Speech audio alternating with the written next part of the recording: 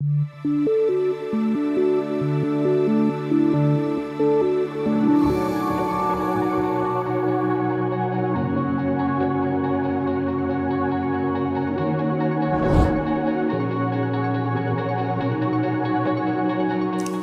Marqués and I am from Valladolid, Spain.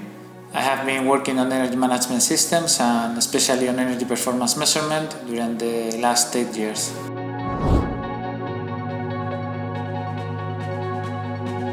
My name is Lukas Eggler. I'm based in Vienna.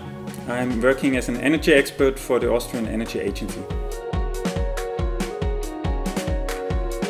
Energy performance indicators are a term that is defined in the ISO 50001. They are indicators that help you to measure the energy performance of your energy system. So what you really do with an energy performance indicator is you compare the energy performance of your site today to the energy performance of the same site in an earlier period, which we call reference period or baseline. So without energy performance indicators, it's like navigating in the dark. You just don't know where you're going. You might have implemented a measure, but you don't know if it actually works. When you are calculating energy performance indicators, you are trying to have an indicator to know if you are better or worse than before. So you are comparing yourself against yourself in the past. Benchmarking is something different. When you do benchmarking, you try to do a comparison between you and others. So you are trying to compare different sites between them or different sectors, different industries. What makes UNIDO's approach different is the global scale of their work. They have even more facilities to compare and they see even more. So I'm located in Austria. There's a certain industry standard in Austria, but these industry standard might be completely different in another country, especially like in developing countries.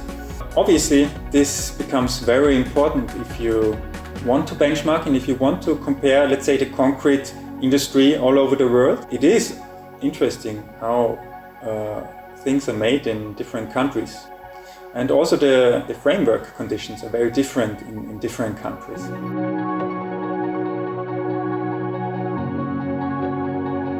In the industrial sector, I remember one pharmaceutical company that implemented an energy performance monitoring system in their main users, chillers and boilers. And after 3 years being monitoring performance on a daily basis and reacting against deviations, they managed to save more than 25% of energy in those systems without investment.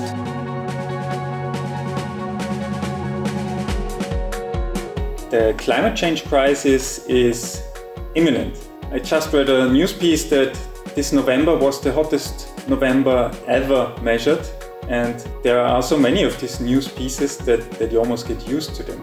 I believe that awareness raising is still necessary, and that we need to identify ways how to tackle this climate crisis. Energy efficiency in the industry is just one very important lever that we do have to avoid the worst outcomes of climate change for ourselves and for future generations.